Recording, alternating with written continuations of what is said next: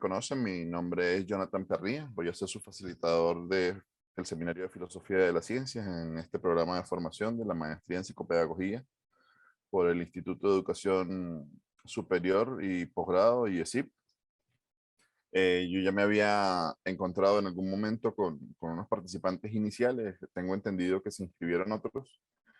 Problemas de salud. Mario es uno de los nuevos. Problemas de salud no me permitieron en estas semanas atender el curso. Estoy apenas saliendo de una enfermedad. Eh, el día de hoy entonces voy a redimensionar lo que había presentado como plan inicial.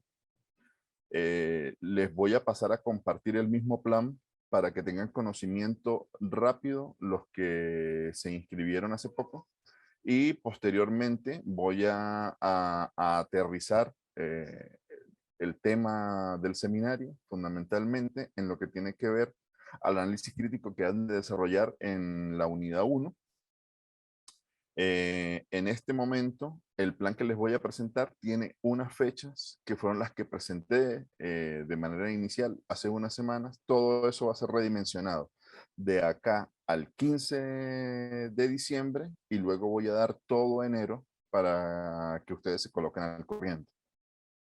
En principio, les había eh, planteado que desarrolláramos el Seminario de Filosofía de la Ciencia en 4 unidades que tendrían como 3 grupos temáticos fundamentales. Uno donde vamos a revisar las perspectivas sobre la ciencia, sus problemas y los retos actuales, haciendo énfasis, por supuesto, en las alternativas que debe plantear la educación para el acercamiento al conocimiento y los retos que tiene el campo de la educación a grandes rasgos. Por supuesto, ustedes enfocarán en la psicopedagogía. Para eso la estrategia es un análisis crítico. Las fechas son las que voy a redimensionar en plataforma. El segundo bloque temático es contentivo de 2 actividades que ustedes tienen que hacer. Analizaremos en ese bloque temático el desarrollo histórico de la filosofía desde una postura no eurocéntrica. En el primer momento vamos a revisar entonces la filosofía eurocéntrica, planteada por los europeos básicamente en el momento que nosotros conocemos como Renacimiento y cómo eso fue implantándose al final del medioevo y en todo lo que conocemos como modernidad. Para eso, les había planteado en un primer momento unos organizadores gráficos donde ustedes pudiesen reflejar esquemáticamente el desarrollo primario de esta filosofía en una primera fase. En ese mismo bloque temático hay otra evaluación que formaría como una tercera unidad, que es revisar la filosofía moderna ya desde Europa, pero desde mediados del siglo XVIII, básicamente, y en lo que conocemos como filosofía contemporánea, revisando a Foucault, que si bien es europeo, hace una crítica a la filosofía europea moderna, y revisando los fundamentos de la filosofía de la liberación, que tiene más que ver con una revisión latinoamericana, ¿no? Ahí había planteado un ensayo. Ese ensayo lo había planteado de manera individual. No supera las 5 páginas, no puede ser tampoco menos de 3 páginas.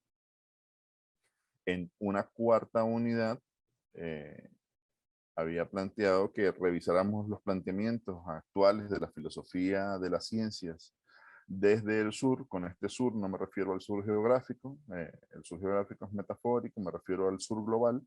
Por tanto, revisaríamos 2 planteamientos fundamentales que son la filosofía del sur y las epistemologías del sur, desde la visión de Boaventura de Sousa Santos y la mirada del pensamiento decolonizador de Enrique Dussel. Y para esto había planteado un foro que entonces pudiésemos dejarlo a partir del 15 de enero hasta el 30 de enero y daríamos 2 semanas para tener este foro activo. Esas son las 4 unidades temáticas básicas con las cuales vamos a desarrollar, perdón, el Seminario de Filosofía de las Ciencias. En estos momentos quisiera saber, no lo escriban en el chat, si tienen alguna opinión, si tienen alguna pregunta respecto al plan, que tomen la palabra y me lo digan antes de pasar a compartir la clase propiamente dicha. ¿No tienen ninguna pregunta? ¿Ha quedado todo claro en cómo vamos a desarrollar entonces? Profe, ¿Algo? buenos días. Buenos días, Ana. Un placer. ¿Me puede repetir para qué fecha quedó la primera actividad? Es que en ese momento estaba haciendo otra cosa, No, por favor. el análisis crítico lo vamos a dejar hasta el 15 de diciembre. Ah, muy bien, gracias. Posibilidades de entrega hasta el 15 de diciembre. Muy bien, gracias, profe. Asimismo, los organizadores gráficos. Muy Y bien. entonces en enero desarrollaríamos lo que es el ensayo y del 15 al 30 de enero, 31 de enero, pudiésemos dejar el foro aperturado. Gracias, profe. ¿Alguien más? Voy a pasar en este momento. Les pediría que tomen algunos apuntes. Mi intención en el día de hoy es aterrizar la temática desde la cual nosotros vamos a pretender desarrollar este seminario de filosofía de las ciencias. Mi intención es dar una mirada hacia lo que es la ciencia de la modernidad, cómo nació, cuál es su crecimiento y cómo fue su desarrollo a nivel de estos años, desde diversas perspectivas, y también dejarle algunas interrogantes a ustedes sobre la crisis que está viviendo la filosofía de las ciencias, la ciencia moderna específicamente, y cuáles son las alternativas que nosotros pudiésemos tener. Voy a pasar a compartir pantalla nuevamente. He titulado esta primera clase, que repito, los apuntes, las preguntas que puedan hacer son importantes en función del desarrollo posterior del análisis crítico que ustedes van a hacer, no menos de 3 páginas, no máximo de 5, de manera individual para la unidad 1. He titulado la conversa Modernidad y Episteme Moderna, Nacimiento, Auge y Crisis. Entonces, como se pueden dar cuenta, vamos a revisar un episodio concreto del desarrollo del pensamiento. Vamos a revisar cómo ha nacido lo que consideramos como verdad científica, como conocimiento, la episteme, en un espacio concreto, cómo fue implantado a otros espacios y qué contiene la idea de episteme moderna tal cual como nació. Para esto yo traigo 3 autores fundamentales desde los cuales nos vamos a posicionar para hablar de la época moderna. El primer autor es Michel Foucault, filósofo francés del siglo XX, ya fallecido. La segunda autora es Rosa Rodríguez, filósofa española, viva, profesora de la Universidad de Valencia. Y el tercer fundamento teórico para explicar la modernidad que traigo es Enrique Dussel, filósofo argentino desde el 72 del siglo pasado, radicado en México, profesor de la UNAM, y es el que dirige todo el movimiento de filosofía de colonia latinoamericana. ¿Qué cosa es la modernidad para podernos situar, qué es lo que me interesa en este momento? Eh, la modernidad, plantea Foucault, tiene como 2 momentos muy concretos en lo que él llama el desarrollo de la episteme en Europa. Él plantea que en un momento hubo un desarrollo de una episteme clásica, donde la representatividad del conocimiento estaba duplicada, una ausencia total del sujeto, una ausencia total del hombre, y con este hombre me refiero de manera literal al hombre, no me refiero a hombre y mujer, ni me refiero a ser humano, me refiero al hombre. Ahorita dentro de un momento vamos a ver a qué tipo del hombre, de qué tipo de hombre nos referimos, cuáles son sus características. Foucault nos dice que ese momento clásico donde la representación era duplicada se da desde el siglo XVI más o menos. Allí nos podemos ir situando qué es lo que ustedes tienen que revisar entonces en lo de la filosofía del Renacimiento y cómo se establece el pensamiento europeo propiamente dicho, lo que conocemos como pensamiento eurocéntrico, y que se da todo el siglo XVII y parte del siglo XVIII, nos dice Foucault. Y entonces Foucault diferencia la episteme de la modernidad de esta episteme clásica inicial, y él plantea que la episteme de la modernidad se establece profundamente es a mediados del siglo XVIII. Ustedes ya sabrán que a mediados del siglo XVIII hay un episodio en Francia fundamentalmente muy conocido. Ese episodio, entonces, es la representatividad duplicada que tenía la episteme clásica, nos dice Foucault, es reemplazada por una representatividad del sujeto. Específicamente, ese sujeto es sinónimo de hombre. Hombre, literalmente hablando.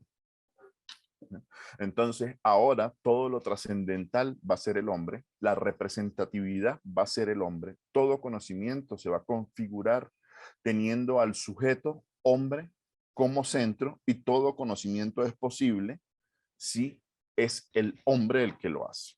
Dentro de un momento vamos a ver entonces qué hombre, qué características tiene ese hombre. Rosa Rodríguez Magda nos dice entonces, tomando a Habermas, que la modernidad es el esfuerzo ilustrado. Recuerdan que Foucault decía hace un momento que la episteme moderna nace a mediados del siglo XVIII, siglo de la Ilustración francesa, siglo de las luces francesas.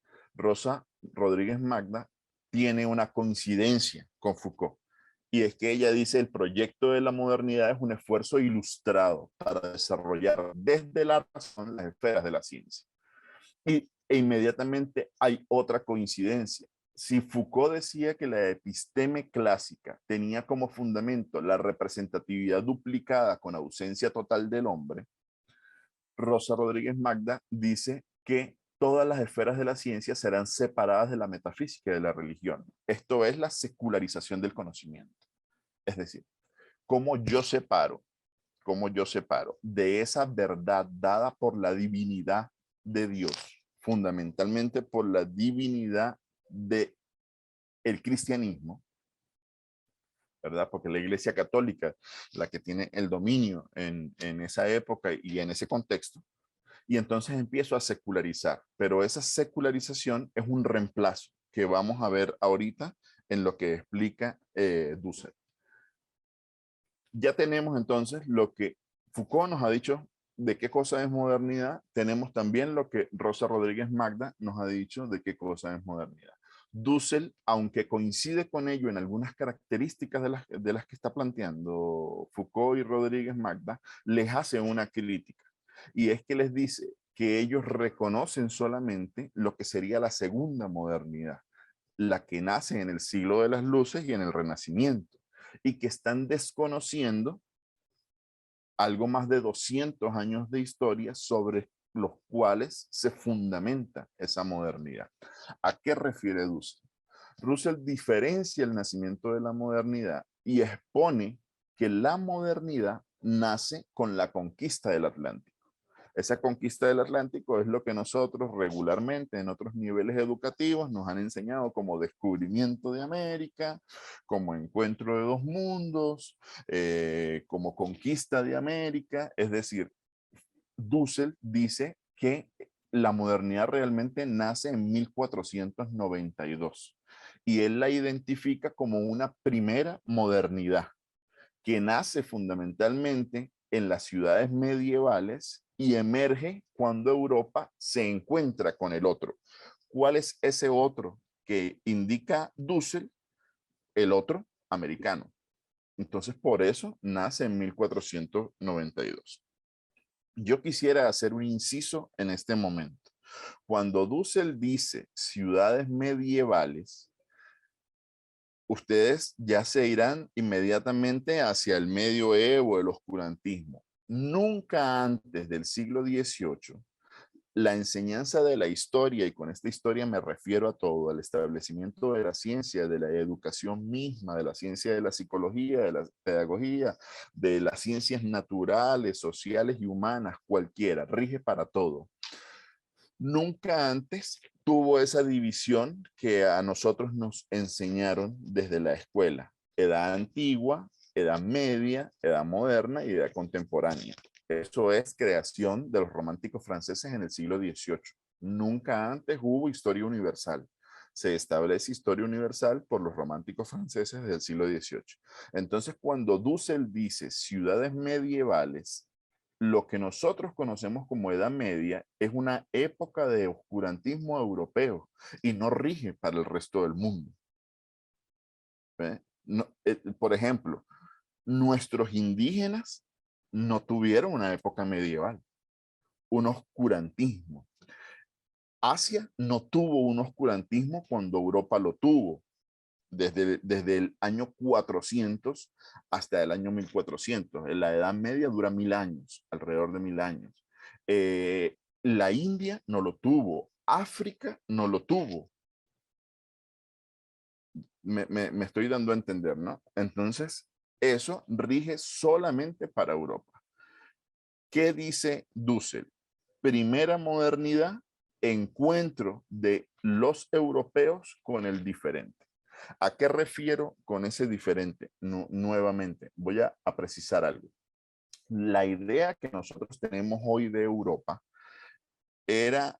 no era la idea para ese momento de Europa. Europa era, si se quiere, marginal en tanto desarrollo del conocimiento, en tanto desarrollo de ciudades. Donde sí había mucho desarrollo en ese momento era en el Indostán, en lo que nosotros conocemos como poblaciones árabes judías en este momento. Había mucho desarrollo, sobre todo al norte de África y en el centro de África, tanto así que Aristóteles en la política dice: todo nuestro conocimiento viene de Egipto. Es decir, Aristóteles 300 años antes de Cristo ya estaba aceptando que Europa en sí misma no era constructora de un conocimiento. Se estaban dando en las ciudades medievales, pero del Mediterráneo sureste, no de lo que nosotros conocemos como cuna del Mediterráneo, que es Italia, Grecia. No, no, no, nada más alejado de la realidad.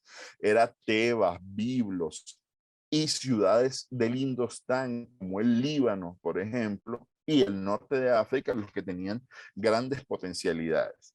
¿Qué hace esto? Como lo que hoy día conocemos como Europa estaba marginado en ese contexto geográfico, ellos tienen la posibilidad de conquistar un espacio acuático donde no se desarrollaba nada. Esa es la verdad. El Atlántico cercano a Europa era un espacio tomado por piratas, pero ahí no había ningún tipo de desarrollo. Todo el desarrollo realmente estaba en el Pacífico. Toda la zona de la India, el Asia Menor, tenía intercambio desde el Pacífico. Incluso hay unas pruebas últimas que tenían intercambio antes de la colonización con América, con algunas zonas americanas, o de lo que hoy día pudiésemos llamar América, y entonces eso le da potestades a los espacios europeos marginales de conquistar el Atlántico, decir que por ese lado iban a llegar a las Indias, toparse con lo que hoy día conocemos como América y encontrarse con ese otro para establecer la modernidad. Entonces en eso hay una diferencia muy puntual entre el pensamiento de Foucault, el pensamiento de Rosa Rodríguez Magda y el pensamiento de Dussel respecto a qué cosa es la modernidad. Si ya tenemos claro qué es la modernidad, ¿cómo surge entonces la modernidad? ¿Cómo surge la modernidad europea? Llega Boaventura y se hace unas interrogantes fundamentales, de las cuales nosotros pudiésemos hacernoslas también, ¿no? Si no había historia universal, si no había un universalismo, si no había imposiciones absolutas de un pensamiento sobre otro, ¿desde cuándo entonces la búsqueda de conocimientos tiene una forma un método imperante y, por si fuese poco, un paradigma y una teoría del conocimiento. ¿Qué tuvo que pasar para que el punto de enunciación de unos cuantos, esos cuantos es Europa, fuese el punto de enunciación universal? ¿Qué tuvo que pasar? Veamos entonces qué tuvo que pasar. Titulé esta lámina en el principio el epistemicidio. Tuvo que pasar 4 grandes sucesos, 2 desde Europa, son intraeuropeos, después se extienden, pero son intraeuropeos, y 2 desarrollados fuera de Europa. Estos 4 grandes epistemicidios son negaciones sociales que luego van a establecer las características del hombre del que hablaba Foucault, Rodríguez Magda y Dussel en la definición de modernidad y cómo se establece como centro el sujeto hombre, ¿no? El primer epistemicidio que podemos dar cuenta es contra los musulmanes y los judíos. Ahí le coloco entre paréntesis semitas. Fíjese que actualmente cuando se habla de antisemitismo, se habla de antijudíos. Los semitas son ambos, judíos y musulmanes, que por 700 años vivieron en la península ibérica juntos como hermanos sin mayores problemas, sin mayores diferencias religiosas ni fundamentalismo.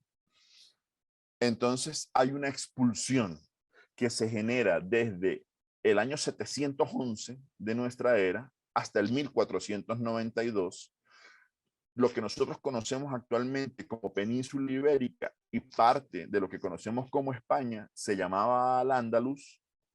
Repito, tenía entre 700 y 800 años, judíos y musulmanes viviendo ahí, y empieza entonces por el establecimiento de Castilla como fuerza social y poderosa de lo que hoy día conocemos como España, y lo sacan.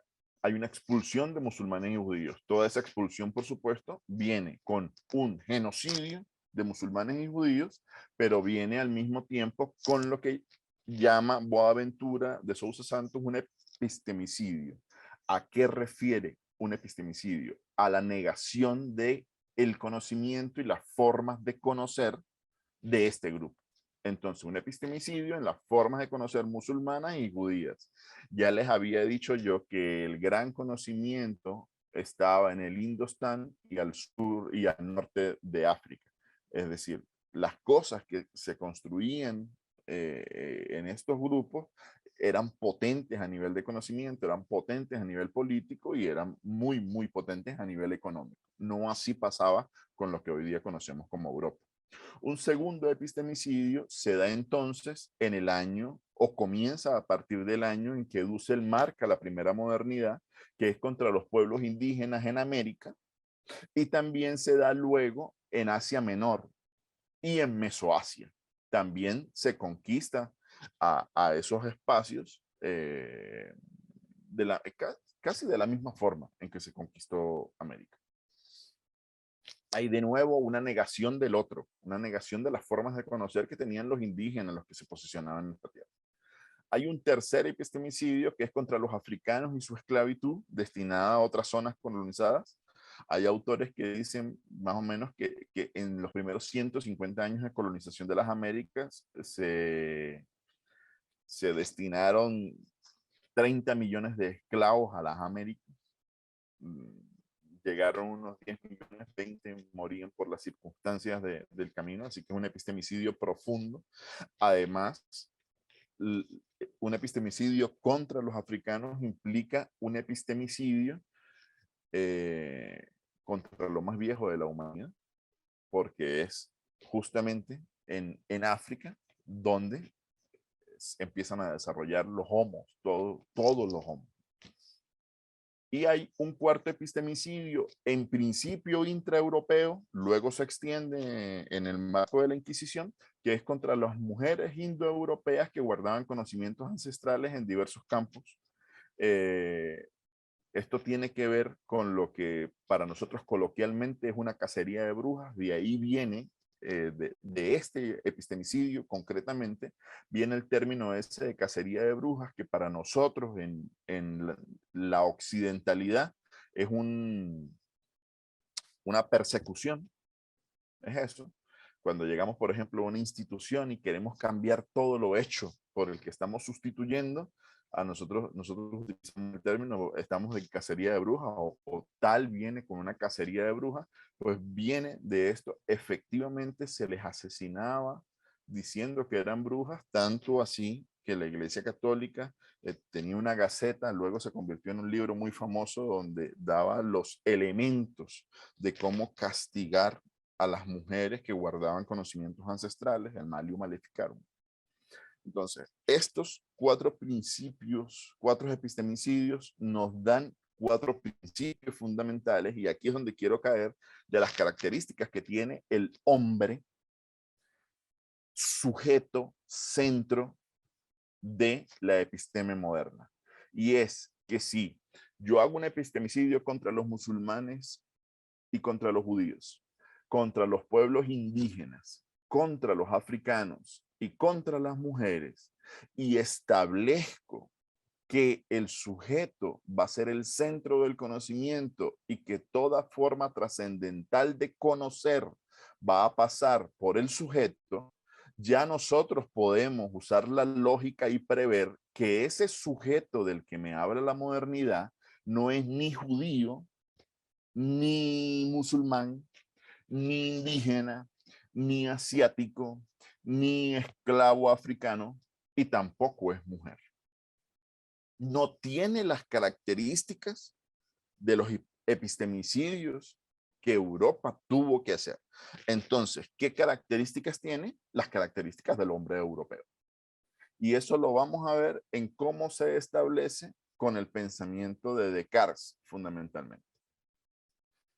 ¿Cuál es el fundamento entonces de la modernidad? La filosofía occidental nos enseña que Descartes es el padre de la filosofía moderna, ¿verdad? Y que su pensamiento es sustento teórico de todo conocimiento. Y ese conocimiento tiene unas características. Debe ser tangible, debe ser verdadero, y para que pase por verdadero debe utilizar el método científico implantado por Descartes. Debe ser objetivo y debe ser cuantificable. Si no cumple con estas características, no puede considerarse conocimiento. Por eso, establecimiento de la episteme moderna y de toda forma de pensamiento desde la modernidad. Es hasta este momento donde se establece esa característica para el pensamiento. ¿Cuál es la característica en sí? Que hay algunos problemas de concepción. Descartes escribe su obra cumbre en Ámsterdam en 1635. Es decir, unos 100 años después, un poco más de 100 años después de la conquista del Atlántico. ¿No? Ya había desarrollo del pensamiento. Sin embargo, ¿qué es lo que se hace? Una sustitución ¿de qué? De las características que tenía el pensamiento en la episteme clásica europea y cómo lo sustituyo a partir de estos epistemicidios, cómo lo sustituyo por una verdad europea con características europeas, poniendo al hombre europeo como centro, y le doy las características a ese conocimiento de un método investigativo concreto que, si no lo cumple, no lo considero conocimiento. Entonces empieza a implantarse que todo lo que hace la modernidad europea es la verdad absoluta. Y podemos encontrar, por ejemplo, cómo a nosotros nos fue enseñado diversas cosas para implantarnos. Por ejemplo, a nosotros siempre se nos enseñó que la imprenta había sido desarrollada en el siglo XV por Gutenberg. Es sobre conocido que los chinos imprimían papel moneda en el siglo IX. Imprimían papel moneda en el siglo IX. Y que los europeos tuvieron contacto en el siglo XV con libros impresos de China. y tuvieron contacto con imprentas chinas en el siglo XIII. ¿Qué es lo que hacen?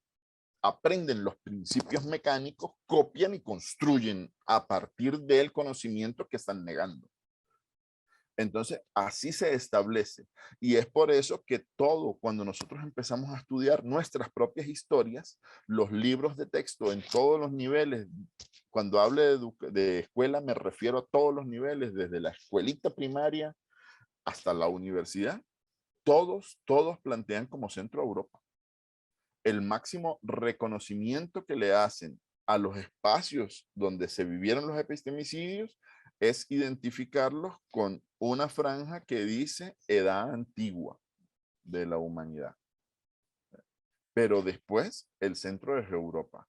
Tanto así que nosotros empezamos a estudiar nuestra historia desde la colonización, ¿no?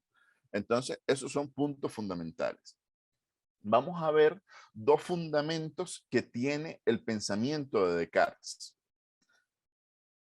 Yo lo titulo que es un fundamento de un pensamiento homogenizante. El pensamiento de Descartes tiene dos fundamentos básicos. Un fundamento es ontológico y otro fundamento es epistemológico. El fundamento ontológico nos da luces en algo y es en la secularización que yo mencionaba al comienzo de mis palabras. Y es que Descartes, en el fundamento ontológico, desarrolla un dualismo entre cuerpo y mente.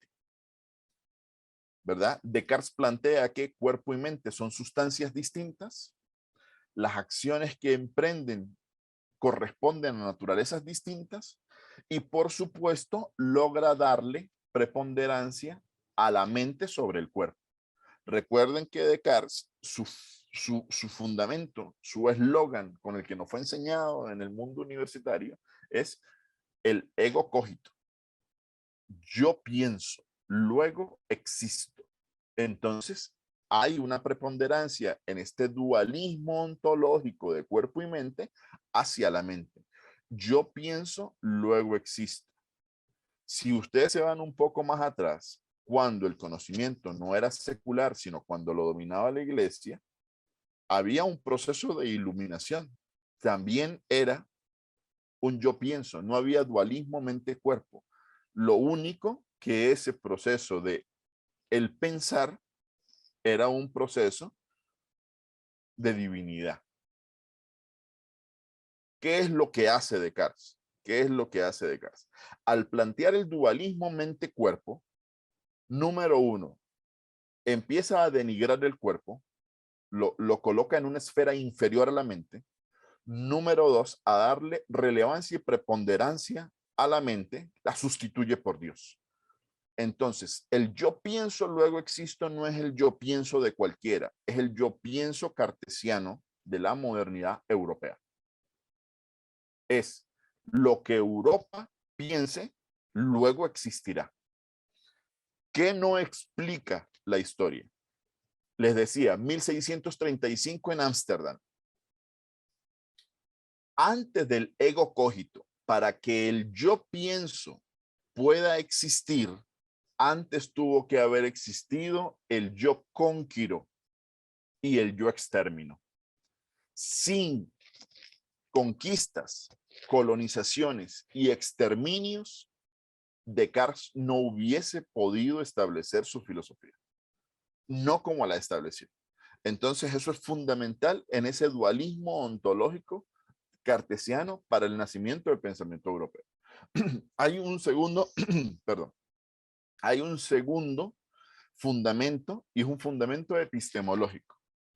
Y es que Descartes afirma que la certidumbre solamente se puede alcanzar por medio del solipsismo explicativo.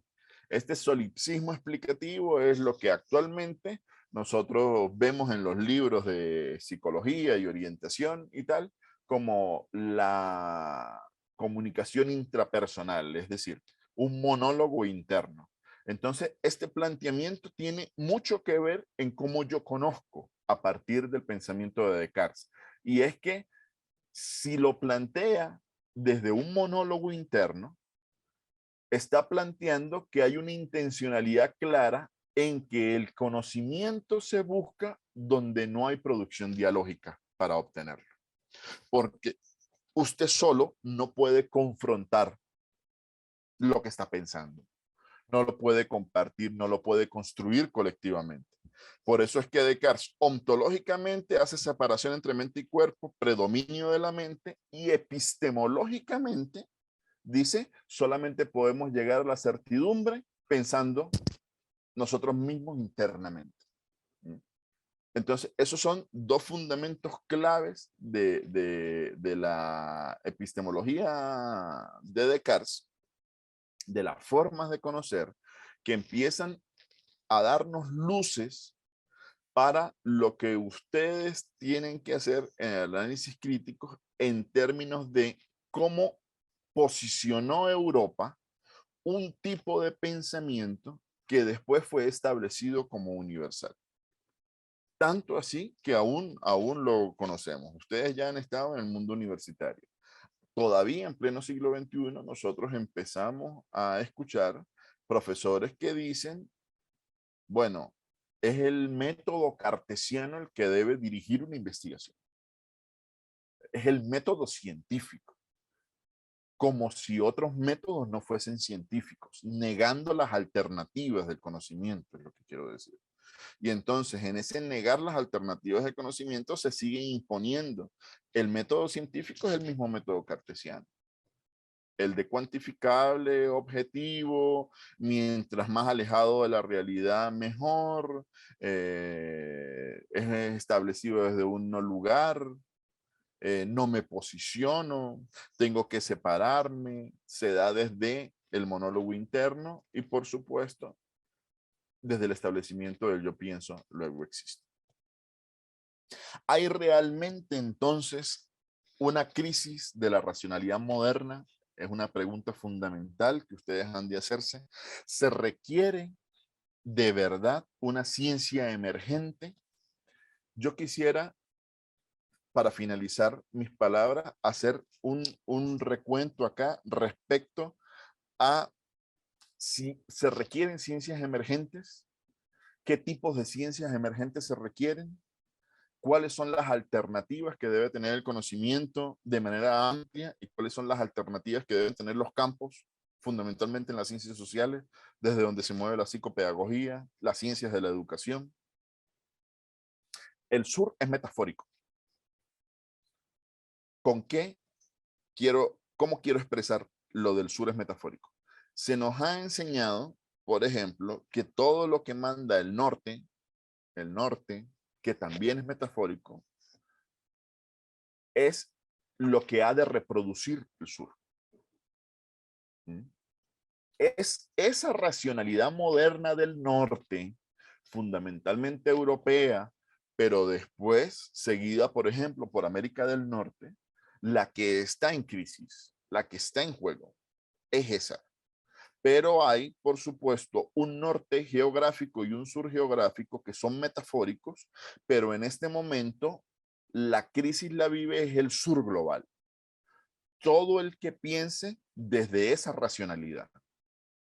Y las ciencias emergentes han de venir del sur global, que puede suceder, por ejemplo, eso lo van a encontrar ustedes en el pensamiento o aventura de Sousa Santos, que si bien ha desarrollado sus investigaciones en Brasil, ¿verdad? En el sur geográfico, él es portugués, profesor de la Universidad de Coimbra. Es decir, él pertenece al norte geográfico. Pero él dice, España y Portugal, Grecia, en la modernidad han sido espacios europeos marginales. Marginales. Incluso hace muy poco, Grecia estaba en default económico y la Unión Europea no lo ayudó. No hubiese pasado lo mismo si hubiese estado en default económico Francia, Inglaterra o Alemania. Porque no es una economía importante. A Portugal le pasó lo mismo. Siguen siendo marginales. Entonces, ¿qué es lo que dice Boaventura? Esos países marginales, no solo de Europa, sino también de otros espacios del norte geográfico, pertenecen al sur global. Son esos países los que deben generar ciencias emergentes, alternativas emergentes al conocimiento. Este tipo de realidades son las que hay que pensar actualmente, son las que yo le invito a que ustedes piensen en este seminario, pero tener presente que el paradigma de la racionalidad moderna está en crisis, pero los periféricos, es decir, nosotros los que estamos al margen, debemos hacer que se rompa. El conocimiento, la racionalidad moderna, si bien está en crisis, lucha, muta por establecerse aún más en pleno siglo XXI. Y por eso es que nosotros reproducimos de manera lineal y de manera unidireccional todo lo que nos enseñan sin revisar nuestros propios contextos y nuestras propias realidades. Es acá, en esto que he abordado en estos minutos, lo que quería yo aterrizar para que viéramos desde cuál contexto nosotros nos vamos a mover para desarrollar el Seminario de Filosofía de la Ciencia y desde cuál va a ser nuestro punto de enunciación. Nuestro punto de enunciación va a ser revisar la filosofía de las ciencias en términos de revisar también las alternativas de las alternativas que tienen las ciencias emergentes. Yo me callo para que ustedes tomen el derecho de palabra, si tienen interrogantes, si tienen dudas, si tienen opiniones, soy todo oídos. Muchísimas gracias. Jimmy, está pidiendo el derecho de palabra. Adelante. Bueno, Jimmy Muy está buenos con un días, grupo entero. muy buenos días, mi estimado Buenos días. profesor, de parte del equipo de Psicolatán y del Coworking de Salud Mental. Me acompañan la psicóloga Jocelyn López, la psicóloga Ibe Buenaño, la psicóloga Yaneri Cordero y la licenciada Angélica Briceño, desde acá de la sede del Coworking Barrio. El grupo más interesante. Igualmente Agni, Heidi Santander también son parte de Leida Martínez que nos acompaña, son parte del equipo de Psicolatam que estamos dando este paso al frente en la especialización y la profesionalización luego de haber obtenido el título como licenciado.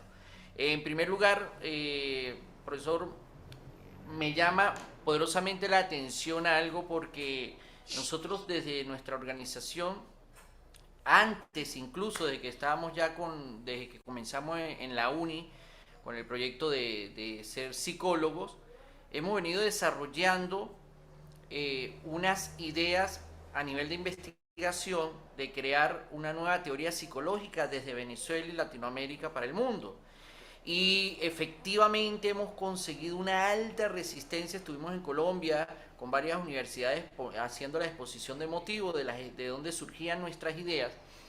Y efectivamente nos encontramos con esto que usted acaba de mostrarnos, de que prohibido pensar porque ya todo está dicho, todo ya está escrito, todo está estipulado, no podemos pasar por encima de los grandes que han aportado en la psicología, por lo menos desde nuestra rama, a pesar de que tenemos ejemplos como es Montero y Chilina León en el mundo de la psicología y los grandes aportes que han dado. Bien, también el cómo desde el sur, globalizado como lo habla usted, hemos venido generando grandes cambios, grandes transformaciones, no solamente de la parte social, sino sobre todo pienso que es de la parte reflexiva.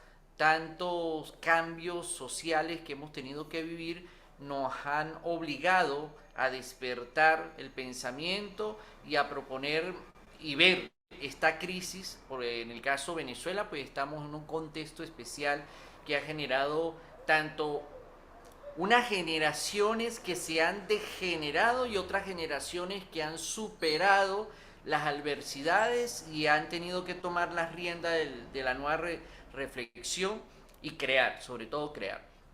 Me entusiasma muchísimo, particularmente lo digo, me entusiasma muchísimo el poder tener contacto con la materia, con este curso. Realmente le confieso que al principio estaba como el hijo del Inver, no encontraba ni pies ni cabeza, pero después de esta introducción que usted nos ha dado el día de hoy, ha dado muchas luces, o sea, y volvemos y reafirman lo que usted ha comentado, estamos creando luces desde el sur para el resto del mundo. Entonces, cualquier otra opinión que tengan los compañeros. De hecho, le quiero presentar, acá estamos presentes 2 de los 3 diagnostas, un término nuevo que estamos nosotros ¿Lo repite, impulsando por favor? diagnosta.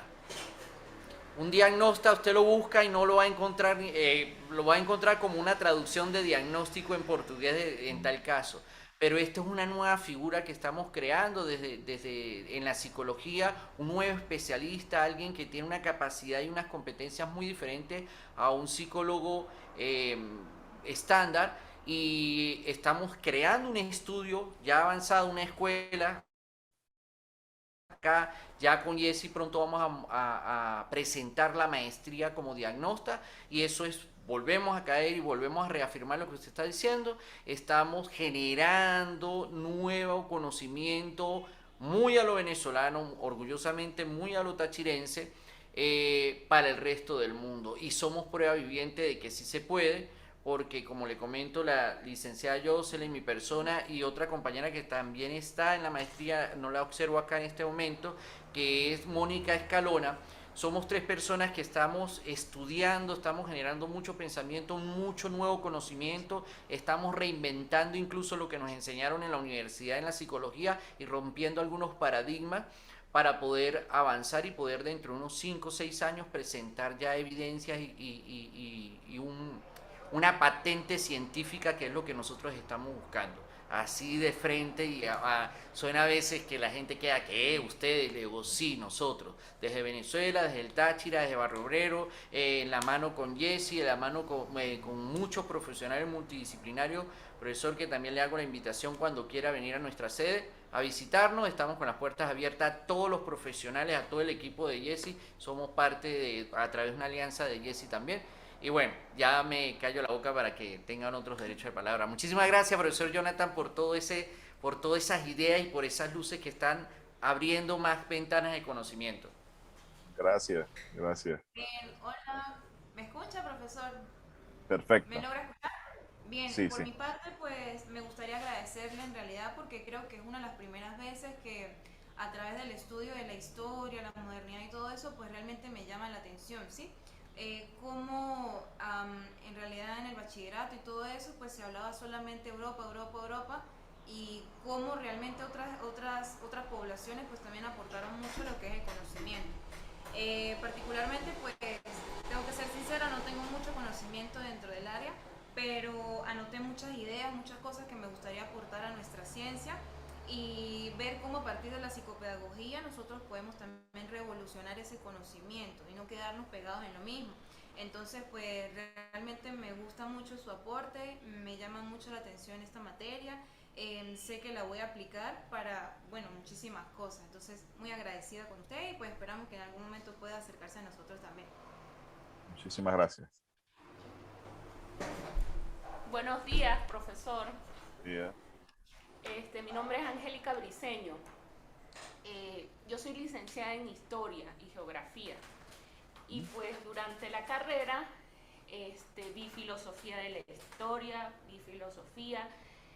Y en la maestría anterior que cursé, que fue en gerencia, pues también me topé con la filosofía. Y el día de hoy, no sé si fue que pues lo comprendí desde otra perspectiva, no sé, o la mente está conectada a otras ideas, no lo sé, pero fue totalmente distinto. La comprendí desde una perspectiva, digamos, más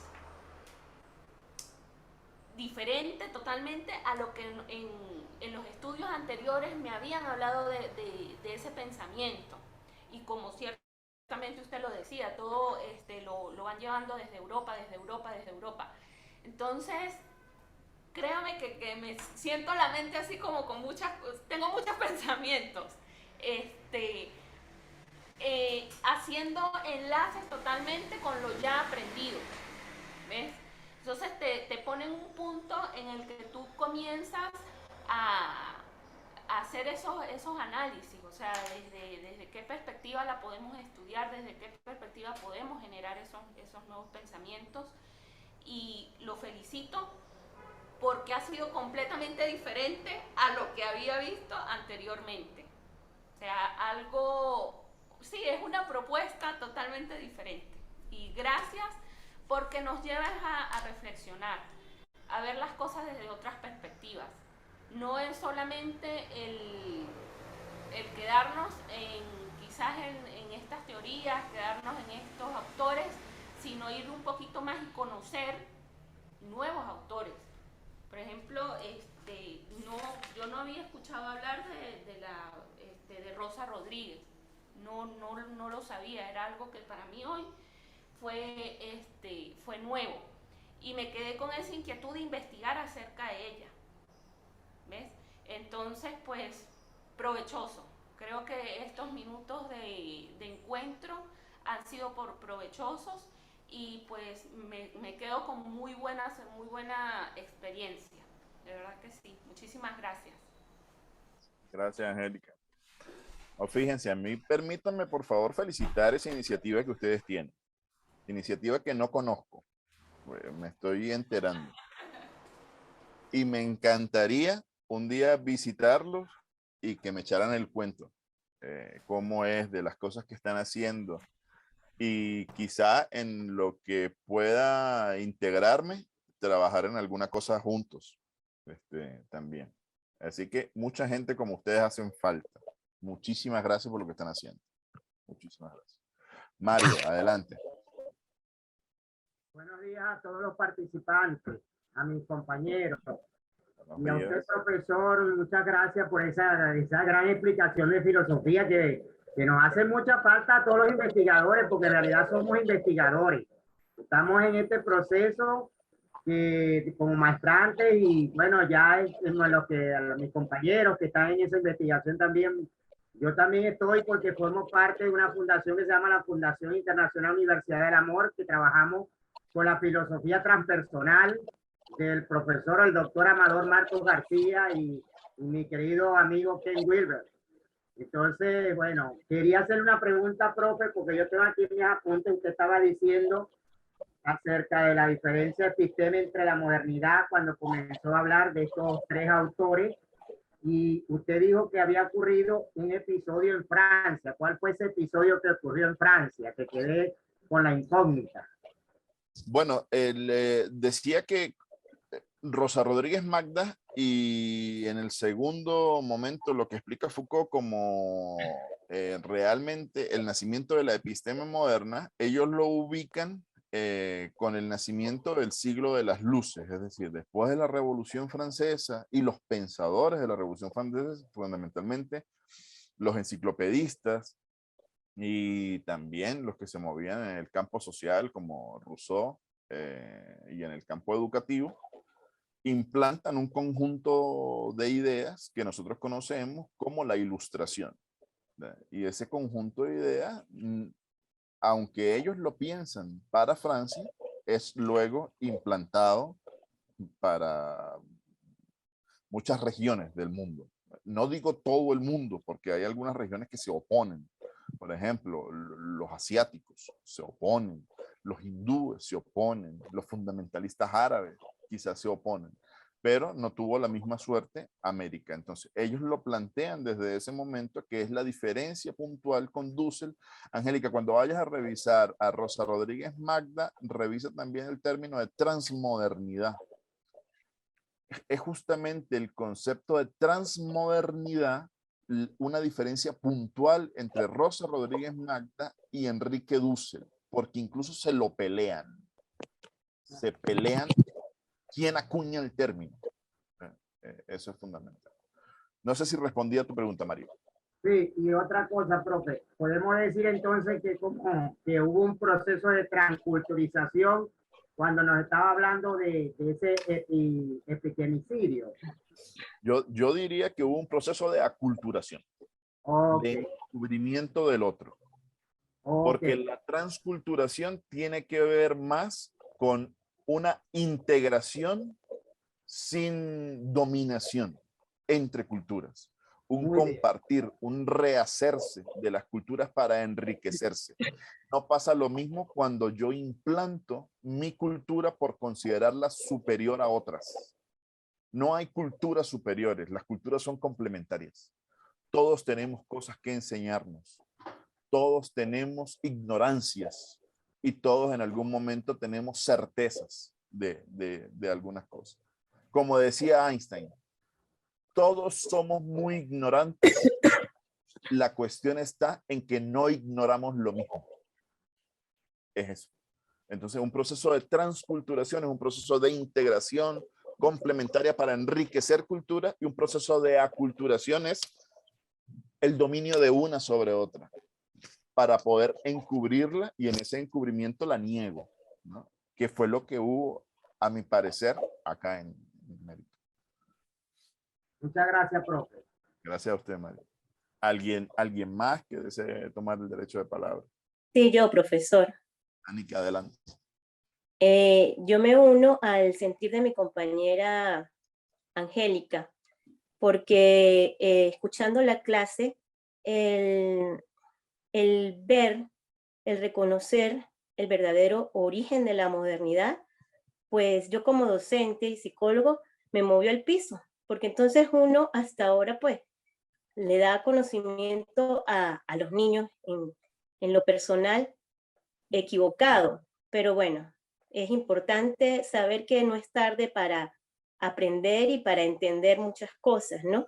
Y dar respuesta a esto. Al igual, me alegra mucho lo que usted nos impartió en esta mañana, porque como decía mi compañero don Jimmy, confirma el trabajo que estamos haciendo allí en el coworking, el de investigar, el de reconocer la necesidad de conocimientos nuevos, de traer nuevas experiencias y responder a toda esta crisis que usted nos ha expuesto. Muchas gracias, profesor. Muchas gracias a usted. No, de verdad que son ustedes un grupo muy interesante. Lamento profundamente, así ha sido por enfermedad, haberme perdido estas semanas. Esta misma semana, en los próximos días, van a tener en la plataforma ya las unidades asignadas con nueva fecha, como hemos dicho. Quisiera que organizáramos otros encuentros virtuales en cada unidad, quizá para aterrizar cada unidad, igual como hemos hecho con esta, y poder conversar. Así clarificamos cosas y construimos en conjuntos. Me alegra ver que se conocen, que son un grupo que andan trabajando juntos. Las cosas son mucho más fáciles y más productivas cuando se hacen en colectivo. Eso estoy totalmente seguro. Es mucho más difícil andar solo en la vida. Me alegra que anden en la misma onda que yo, aunque yo acepto las diferencias. Es correcto, el conocimiento científico se construye en comunidad. Aunque yo acepto las diferencias, siempre es bueno conocer gente que anda queriendo crear y reconocerse desde sus propios contextos, porque tenemos mucho que dar desde América Latina, por ejemplo, y tenemos mucho que dar desde Venezuela. Y entonces, bueno, para mí ha sido un verdadero placer haber estado esta mañana con ustedes. Quedo al pendiente por la plataforma. En estos momentos no voy a estar en el grupo de WhatsApp. Espero resolver eso en los próximos días. Cualquier comunicación que tengan conmigo la pueden hacer al correo electrónico, que lo dejaré en la presentación cuando se la deje en la plataforma. Allí va a estar mi correo electrónico. También le voy a dejar mi número telefónico, pero en este momento no estoy conectado telefónicamente. Muchísimas gracias, que tengan un excelente día y un excelente fin de semana. Cuídense mucho. Igualmente. Éxito. Bendiciones.